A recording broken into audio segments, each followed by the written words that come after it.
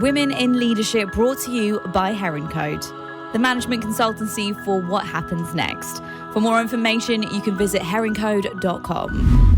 Welcome back, the HeronCode Women in Leadership podcast. It is just getting better and better. And I know I tell you this every single episode, but it really, really does.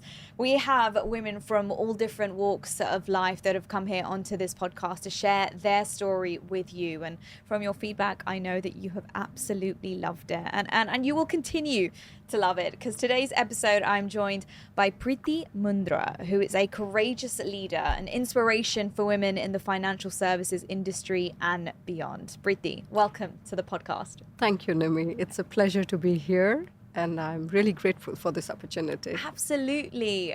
Preeti, I mean, we have so much to talk about personally and professionally, so I'm just going to get stuck in, if that's okay with you. Perfect. Born and raised in Calcutta, India. Yeah. Tell me about Preeti in those times, because is she different from who she is today? Yes and no, both. So I grew up in Kolkata. It was my hometown. It's still my hometown. To a middle-class business family, fairly conservative. We had pretty much expected you will finish your education, get married, start a family, etc., etc. And then I was a happy-go-lucky child, not super ambitious, till my mother started encouraging me, saying, you're a smart girl.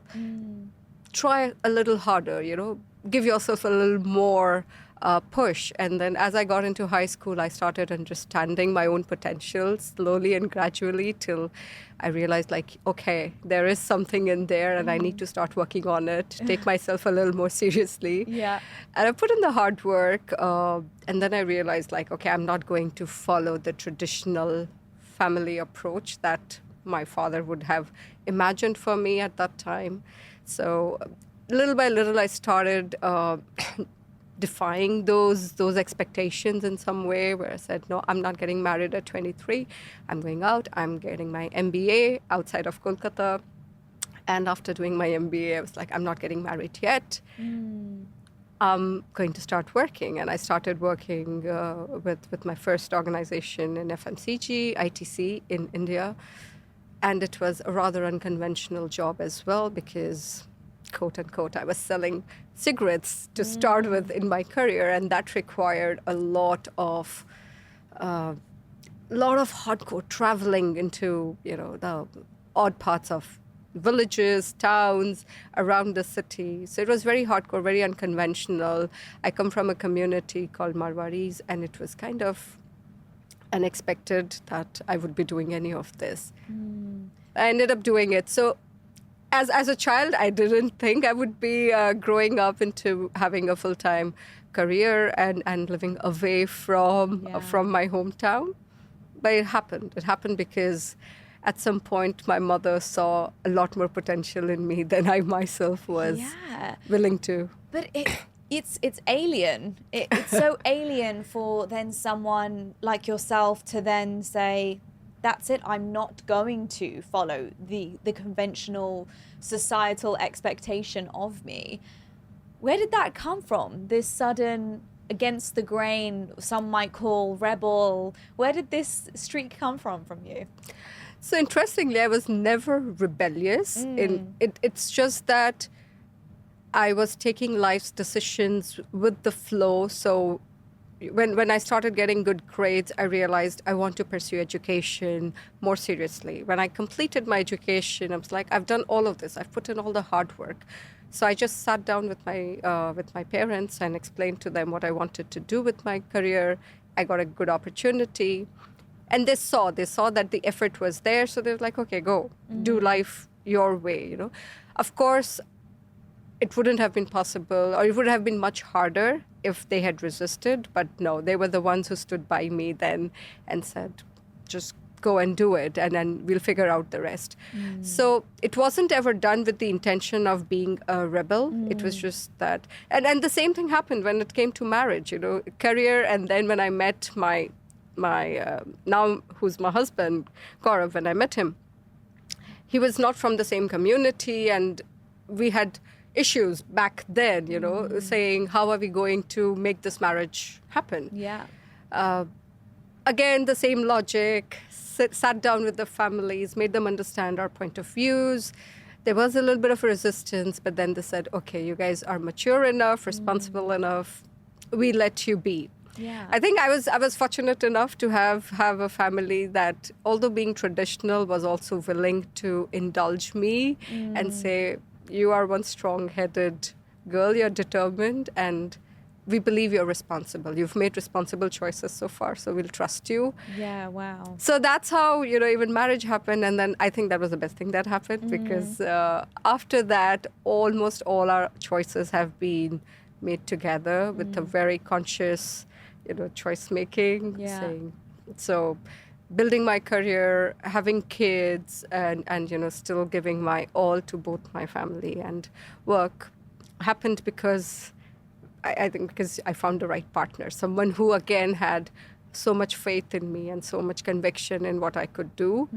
So, yeah, it like I said, it wasn't done with the intention of being a rebel. Of It was course. just saying, does this make me happy? Does it make me fulfilled? Yes, then I'm going to do it. And I love that because I feel like more and more, especially the recent years, I do feel like the younger generation are putting their wants and needs before their families or before what culture or society tells them to do. I guess you were an early person who was taking a trailblazing with that, and I love that. And as you mentioned, at age 22, you left to go to the city, from where you were born and raised. How was that for you? A bit of a culture shock, or was that scary? Did you move completely alone? Yes, so Wow. I had been raised in this very sheltered joint family system. And then when I had to go for my MBA, it was in Delhi, a completely different city. I had to live on campus and fend for myself, coming from this environment in Kolkata, getting into Delhi. For people who are from India, they would know these Yeah. are two very different cultures. So the first couple of months, I was just trying to find my way around, trying to fit in. And then I was homesick. I was homesick Yeah. for a couple of months. But then after that, you start enjoying your campus life. You start enjoying the friendships you built there. And I never looked back after that. Yeah. Found some very, very long-lasting friendships that I still cherish. And also, I think that's where the first seeds of independence were sown, where there would be times where I would know that I would run out of my monthly allowance before the month would end. And I was too proud to go back to Dad and say, I need more. It's like, no, I need to figure out how I'm going to survive the last 5 days of this month. Yeah. But I won't go back to him. He'll not know that, I'm struggling. Yeah.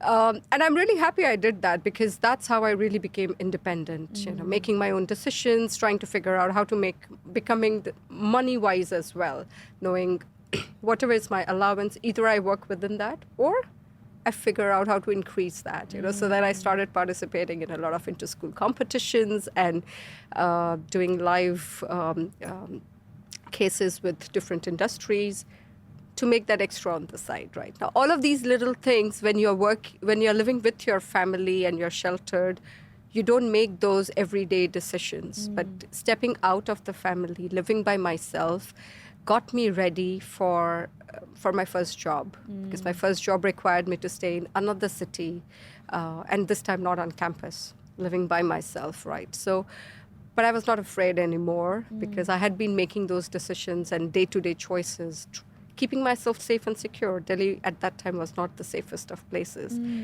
But I was able to, keep myself safe, enjoy life, and build great relationships. So independence is something I really tasted after I left home. And that came with a lot of responsibility. Yeah. So it was not just about, I've got freedom now. With freedom was also, you've got to take care of yourself, girl. Of course. There's no one else here to watch your back. It comes with a lot of pride as well, and dare I say ego, because even when I left and I moved over to Dubai, I promised myself on that day, I cannot look back now. I've made a choice to create this life for myself. I can't look back and then lean on my parents just at my convenience. Absolutely. So, going into your first role then, your first professional role, I feel like everyone remembers their first ever job. Of course, you were taken out of your normal surrounding and environment, and that taught you a lot. But then going from education to a professional setting, that in itself is a huge shift. How did you kind of adapt to a professional setting as a woman in the industry? How was that for you? So, going from an MBA institute into a hardcore sales job as your first profession, which required a lot of intensive travel, working in a very, very male-dominated industry. FMCG at that time was very male-dominated. FMCG sales, and that too in the cigarettes and tobacco business, was even more, right? So that was the real culture shock, where, and I don't think it was a culture shock for me. It was more for people that interacted with me, saying, how are you comfortable standing in front of this convenience store with so many men around you, and you're comfortable asking about how are the sales doing for those cigarette packs?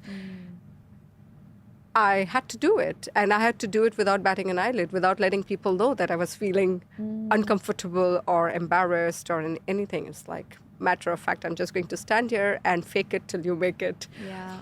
And slowly and gradually, within the first 3 to 4 months, I realized that there were so many other colleagues around me who then started, becoming more comfortable around me, who would be more than willing to help me understand how to make this work in the market. And then after that, it was just allowing myself to work hard. I would not give myself excuses like, come on, you're a girl, you should not be sitting in that delivery truck and going with the salesman. No. I bear a title, and I'm going to do what the title requires me to do, but irrespective of my gender, right? And there were times when my bosses would be more concerned about my safety and well-being, saying, are you sure you want to go on that ride? And I'm like, I'll be fine. Yeah. I'll come back in one piece, and I'll bring all the right information back, so don't worry. And because I didn't allow myself to give any of those excuses, very soon I realized that the rest of my colleagues started accepting me just for who I am, who I was. I was not being judged on my gender anymore, because I was producing, if not the same, more than what some of my other male counterparts were producing. So it's now pretty acceptable, but when I started out in 2004, it was a little bit of a culture shock for the market that I was working in. Yeah, because during that time, before your colleagues kind of came around to accepting your role and your position, what did you feel like you had to be something else, or try to put on a masculine energy, or try to command respect from your fellow colleagues? Or were you simply just, I'm just going to be me, and they have to accept it, or they can, Yeah.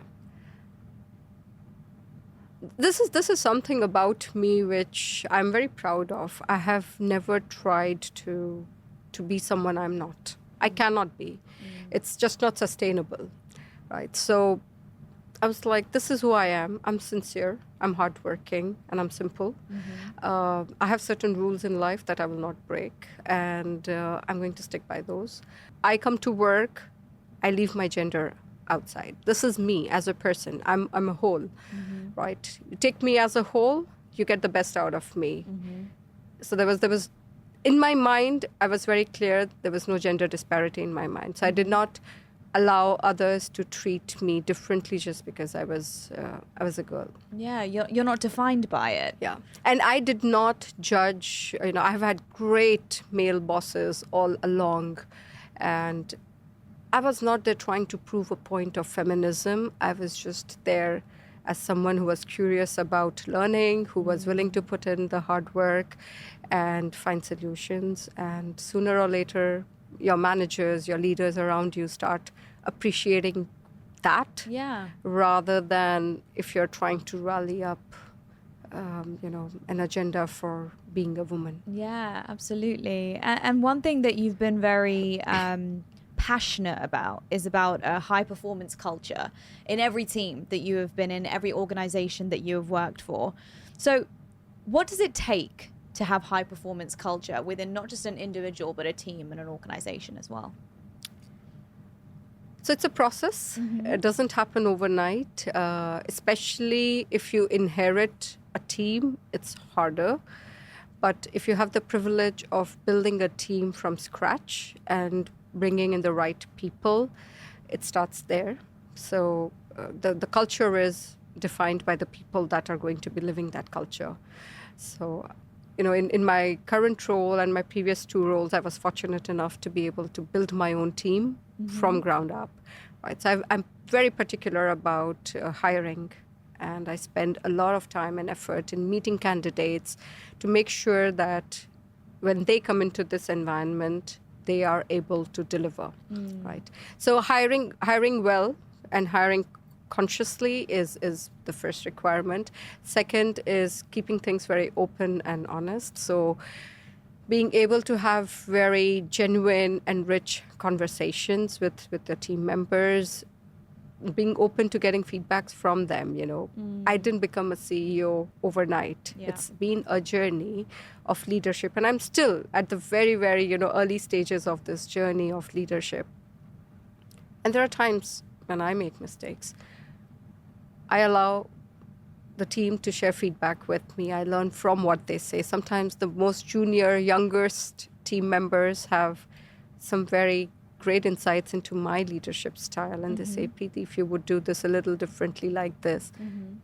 And they initially they are cautious with how they give me feedback because they don't know how I'm going to take it. But then, with time they realize, like, it's fine. We can just tell her this and she will take it the right way. That allows me to give them feedback constructively as well, because they know where I'm coming from and what's the common purpose. So openness, positivity in the team, celebrations. I think sometimes we get too caught up in the pressure of performing and we forget about celebrations. So I consciously pick moments, and it doesn't have to be something really grand, but you see one of your team members has gone above and beyond with one particular incident. Just go in, make it casual, get everybody together, have a round of applause, and go back to work. And then that's how little by little, a performance becomes a part of the DNA. You know that you don't just come in for a 9-to-5 job. You come in because you're passionate about performing. You're willing to roll up your sleeves and get your hands dirty. You're willing to dig really deep. And these are, principles and values that we've now created within my current organization in Tree, where we said, we want to keep things simple. As a team, are we willing to dig deep? Are we willing to get our hands dirty? Are we willing to branch out and have the courage to think differently? And most importantly, we celebrate as one, So it's not about an individual success. When you're celebrating as a team, you take accountability for failures also together. So these are the 4 guiding values in the team for us now, which makes us a high performance culture where everyone knows it takes an entire team to get to that big ambitious goal we've set for ourselves, and each one has to put their effort completely, unconditionally into it. Yeah. I mean, it's one thing that you spoke about and said that you're very conscious when it comes to hiring. Very. I know every leader, every organization has their own different approach to this. But for you in particular, what are those characteristics that you look for in an individual that really stand out and that are important for you? Skill sets are a given. So, and you can pretty much get that from the resume most of the times. It's the interviews that make a lot of difference, where I get to understand the energy of the person and how positive and optimistic and upbeat the person is. Irrespective of what role you're coming into, you need to bring the right energy levels into the workplace. So you can be a great, resource in terms of your knowledge and experience. But if you're someone that's going to pull everyone's spirit down by being that negative person in the room, we're better off without you. Yeah. So energy levels, articulation. Are you able to explain yourself? Because this team is going to be all about how well we communicate with each other. If you have great ideas, or if you can understand the concerns and challenges, but you're not able to articulate and explain, there will always be a problem with how the team communicates. So articulation is important. Curiosity, especially if you're a startup. You need people that are curious, that are okay with the unknown. So curiosity and courageousness go together. If you're a risk taker, if you're someone that's okay with the unknown, you are fine with some amount of chaos, and you're curious to learn more. And these are things I look for. I really dig into what defines that personality. So to me, personality and energy levels come way above the current skill sets that someone has on their resume. Yeah. Those can be taught or acquired.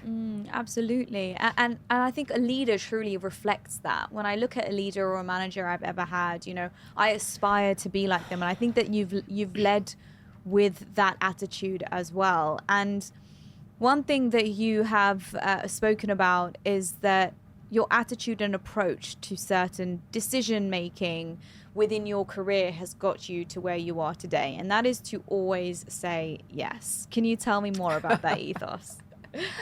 Yeah, sometimes we are told, oh, you should learn to say no. I think I'm a firm believer of say yes. When an opportunity presents itself, say yes. Especially as women, we tend to doubt ourselves a little more and like, am I ready for this? Well, guess what? We'll never be ready for it. So just go in and you'll figure it out, right? So every time an opportunity presented itself to me, initially, there were people around me who seemed to have more faith in me than I had myself, right? And these are the leaders I'm grateful to. And I know that they shaped my career by showing that extra confidence in me, saying, you'll be able to do it. Go for it. Give it a try. You've not done it before, but I believe you can do it. And I said, okay, if they have faith in me, I'm going to say yes. I did that the first time. I did that when I was moving from India, from FMCG to Dubai into banking. I had no idea of financial services. But the person who was recruiting me then said, I believe you can do it. I said, well, okay, yes, I'll do it. And then banking happened. For the next 13 years, I was in banking, right? Then when someone said, we are trying to build a digital bank, I was in traditional retail banking. I had no idea about digital banking at all. But again, another leader in my life that I'm extremely grateful to, who said, you're smart. You'll go in, you'll figure it out. Whatever resources you need, you can tap into and figure it out. We are giving you a blank canvas, go create something new. And at that time I said, okay, say yes, Preeti, say yes. Even if you're not 100% confident inside, today just say yes. And we ended up creating the first and the best digital bank the country had seen at that time. And we brought it to market. So again, when a new market came in, it's like there's an opportunity to work in another country. I had to leave my family behind, do weekend commutes to make that happen. Big change, big shift. I wasn't sure, am I doing the right thing as a mother? And my daughter said, Mama, I think you can do it, You should go for it. An 11-year-old had so much faith in me. I said, for her sake, I'm going to say yes. Wow. And then eventually, like when the opportunity in Riyadh came, and it was a new country, new industry, first time to be in a CEO position. But I did not need that extra vote of confidence from anyone else, because over the last few years, by repeatedly saying yes to new opportunities, I figured out that no matter what, whatever the situation, whatever the role, whatever the industry, the fundamentals are the same. And I can go in and I can invest myself into that role and learn, and I will produce results. So I said yes. And this is something I want to share with a lot of people around me, saying, don't close yourselves up to the unknown, because you have to get out of your comfort zone, and no one will ever tell you that you are fully ready. Yeah. And it's all right. It's all right if you're not fully ready, as long as you're willing to put in the hard work that needs to go. You'll figure it out. And you're living testament to that. And I think it's, we've spoken about your journey and all the intricate moments, but I feel it's got to a point now where, you're focused on legacy now. Your greater purpose. It's much bigger than a role or a title. Tell me about that, because you are so passionate about inspiring the people around you. Once, we had once created a marketing campaign. This is when I was in the marketing team in the bank.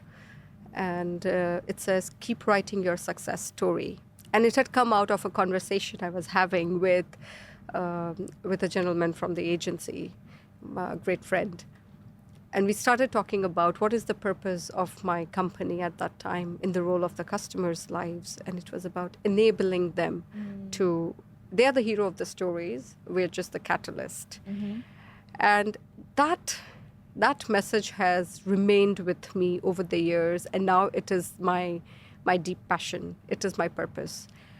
While I'm on my journey to write my own growth story, I want to enable, young people, my colleagues, my teams, my family, and the bigger community out there to unlock their own potential. Most of the times, the people that hold us back are we ourselves. We are our biggest roadblocks. We put limits to who we are, what we do, how much we will achieve. And I believe the moment we start saying, no limits, I am capable of more, I am deserving of more, and your success is not my failure. Your success means there's room for more. Yeah. Right? So being able to share that message with the community, with the young girls that I have started mentoring and coaching, people from my previous teams who believe that I will guide them with my experiences without judging them, but allowing them to see their own potential. And that's a role I fulfill outside of, just my own role as the CEO of Tree. I have dedicated my time, specific times that I meet with young girls, and I help them find answers to their questions. So they have to find their own answers. Each one of us has to find our own answers. But if there's someone that can just guide you through that process, it becomes a little more believable. Yeah, and a lot more comforting. Yeah, for sure. Lastly, Preeti, I do want to ask you, because I feel like your professional career has been such a journey and it's been such an adventure, but also on the personal side, you yourself are so willing to put yourself out there and just, enjoy life for what it is. Tell me about that balance between, Preeti at home and Preeti at work. You wear a lot of hats. So how do you do it? Balance is a myth. Yeah. Balance is an absolute myth. There are days I'm fully occupied by work, and I'm not ashamed of that. My family recognizes that. They support me in that. And then there are times when I am out there doing a personal adventure with my family. I could be trekking to the Mount Everest base camp for 2 weeks, completely switched off from work.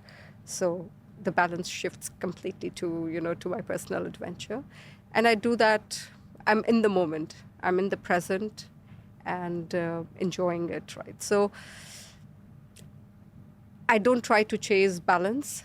Whatever I'm doing now, I do it with a lot of consciousness. I think, what's the need of the hour? If I am reading with my son, then I make an effort not to keep the phone next to me and keep checking emails. No, that's my time with him. But when I'm working, then they know that this is the time that she's fully focused on her work. And they begin to accept that today's an intense day and we cannot be distracting her. So we do that. My family, we've gotten into a kind of a tradition, a routine in the family where we take a lot of, we call them oxygen breaks, 3 days, 5 days, short holidays. Many a times these are offbeat vacations, road trips. We just pack our bags, the four of us, and we'll be crisscrossing across different countries and just discovering. And that has taught us so much. That has opened our eyes to different cultures, made us so much more tolerant. And in fact, I think that's what even gave me the courage because we've seen so much of the world, that when time came and said, okay, we've lived in Dubai for so long. And now I am working in Riyadh, doing the weekend commute from Riyadh, and first from Kuwait and then from Riyadh was becoming a little hard because I was not able to spend as much time as I wanted to with my kids. So I said, let's move to Riyadh. And that decision didn't come very easy, of course, because for my kids, this is home, Dubai is home. But we said, it's fine, let's give it a try. And I think we got that courage, that comfort from the fact that we've done adventurous stuff before, and we've come out of it strong each time, whether we were trekking to the base camp with my 9-year-old boy, or going into journeys like chasing gorillas. Wow. So each time, each adventure just gives you the confidence that life will happen. Just allow it to happen, be open, and good things will come your way. So I think that's kind of become my mantra now. No, I like that. And the fact that balance is definitely a myth. So stop trying to chase it. Because it's never going to happen. No. Preeti, I want to thank you so much for your time. This has been such a great conversation. I hope you've enjoyed it. And I know that our listeners will walk away from this. We're learning a lot. So thank you. Thank you so much. Absolutely, been my pleasure. Thank you, Nimi. Women in Leadership, brought to you by HeronCode, the management consultancy for what happens next. For more information, you can visit HeronCode.com.